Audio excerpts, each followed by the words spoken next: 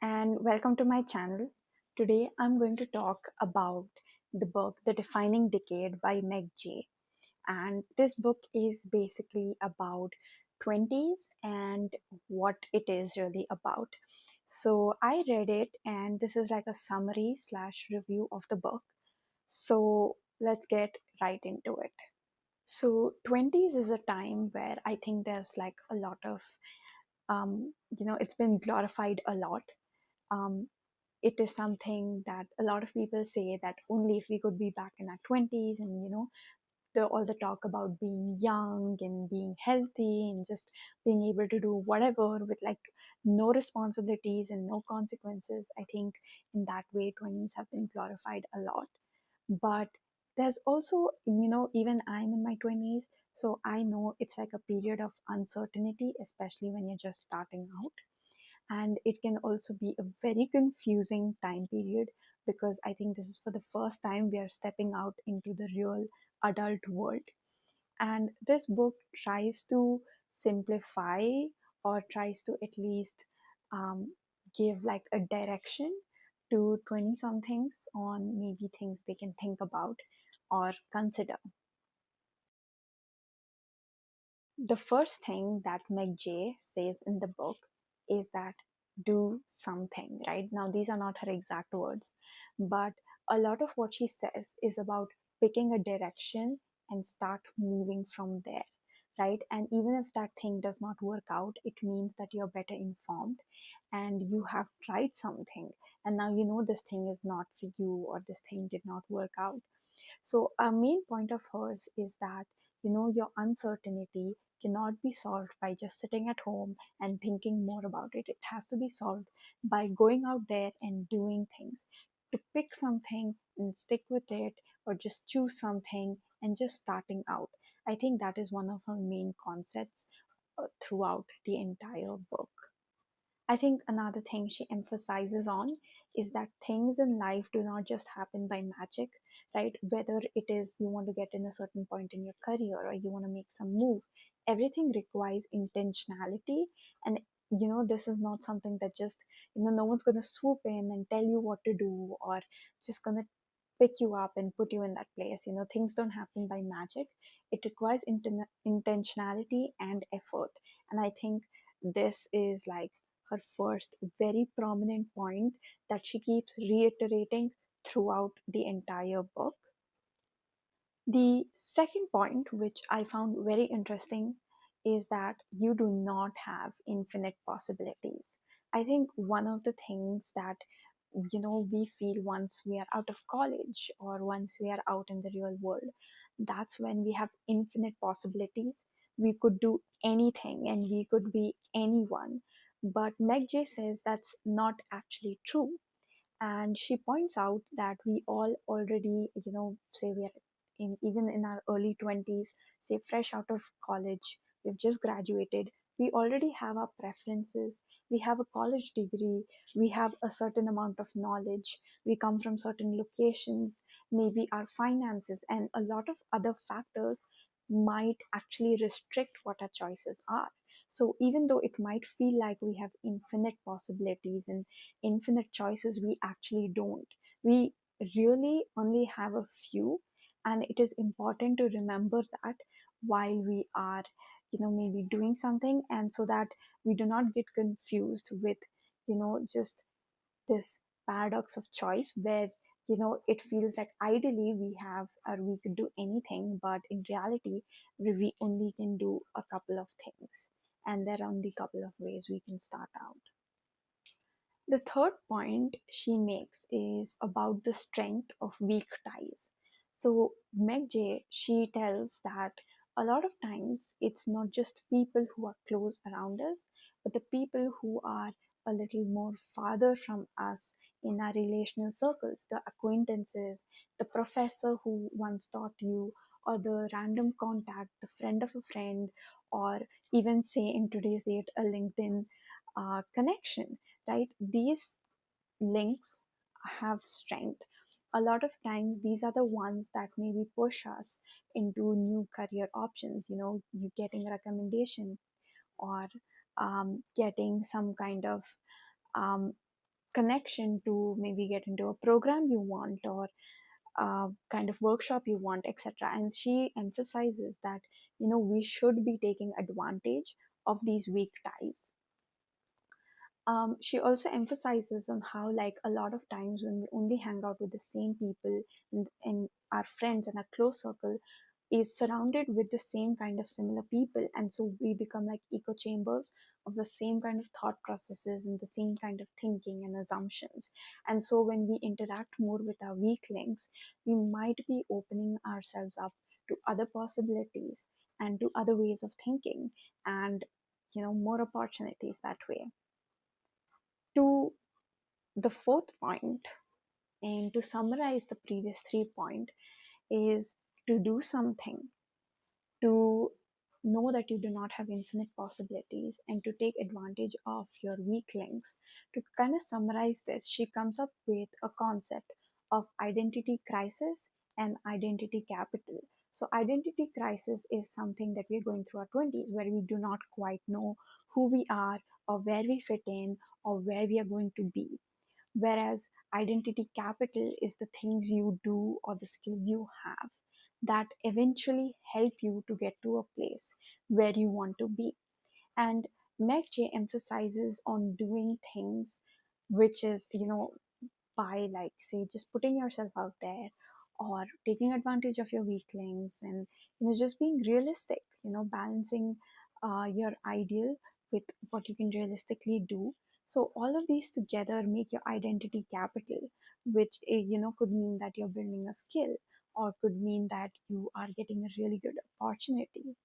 And she emphasizes on this concept that identity crisis is not going to be solved on its own, that the identity is not suddenly going to be formed in your late 20s or 30s by you just sitting around, but it is something that you have to create by doing things, by accumulating identity capital.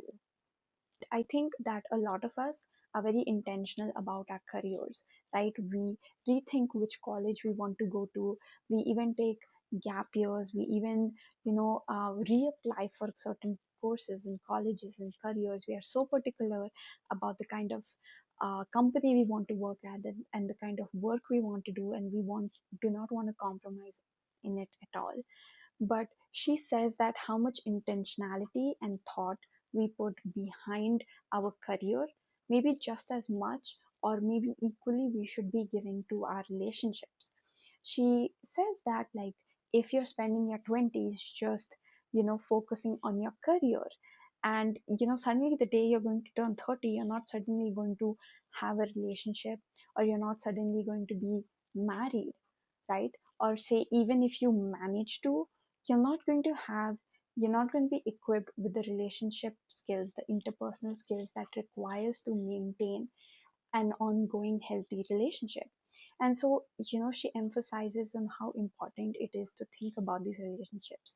Now, this is not to say that, you know um, and this is obviously, I want to acknowledge that some of us might want to get married, or some of us might not want to. Some of us have different kind of relationships. Some of us might want kids and might not want kids, and our definition of the kind of relationships we want in life does differ. But I think this definition can go beyond just marriage and kids, to even the kind of friendships we want to cultivate, and the kind of people we want to surround ourselves with. And I think this requires just as much intentionality in our 20s, and this is not something that we are just going to get at, like, some point in our 30s.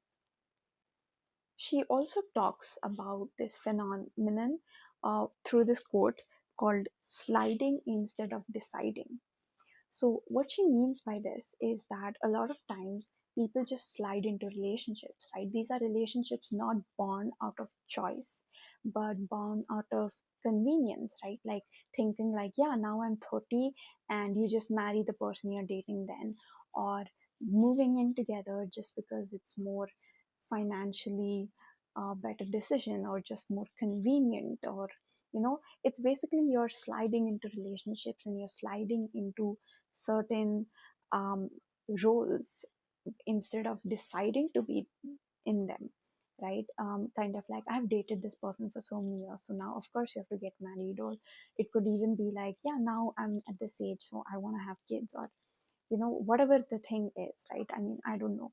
And it's kind of like she asks, like, is this really your intention? Is this something that you're actually deciding to do, right? And she tells to bring back that intentionality into our relationships and into how we are building our relationships for even the future. And kind of like how we do our career planning and our financial planning. A lot of videos of like how people want to retire by the time they're 30 or 35 or 40, but maybe not enough about the kind of relationships they want to be at this age. And I would honestly say it feels a little cringe talking about it.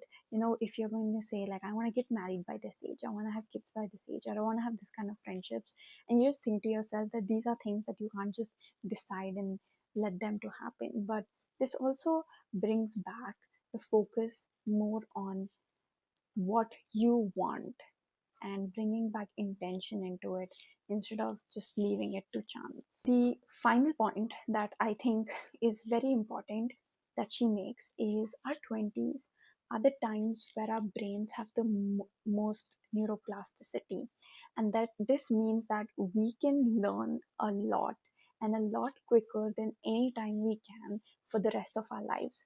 And she tells to take advantage of this, right? It's the first time we are stepping into adulthood.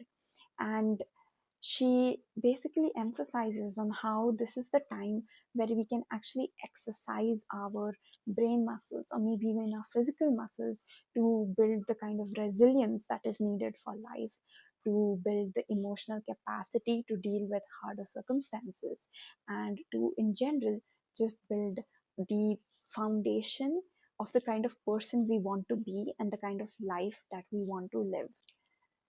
I think these were the main points that I kind of found in the book.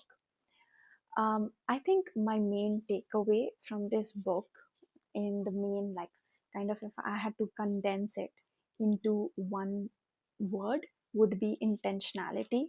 I think the main thing Meg Jay is trying to tell us to do is to bring back intentionality in our 20s and not be something where we are just like, yeah, life will figure itself out. I think that's the main focus that she has, with in whichever area of life we are in. I do want to point out that I think that a lot of her advice is based on the assumption that you want to get married, you want to have kids, and you want to have like a certain kind of a very mainstream, like maybe corporate kind of a career. It this advice might not be something that everyone might find useful. But I would say that if you are reading this book or if you watch this video till now, take what you need and leave the rest.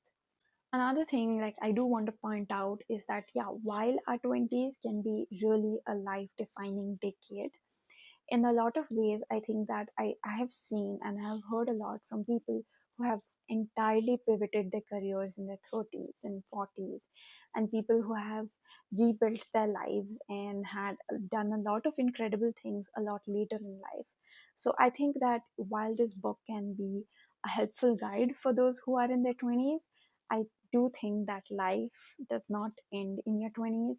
And just because 20s turned out to be a certain way does not mean that beyond that we cannot change our lives, or that everything is now just as it's going to be. I think we have just as much control to change our life at any point.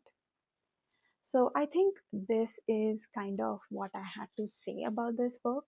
If there is anything more you wanted to add, do comment them down below, and I will see you in my next video. Bye.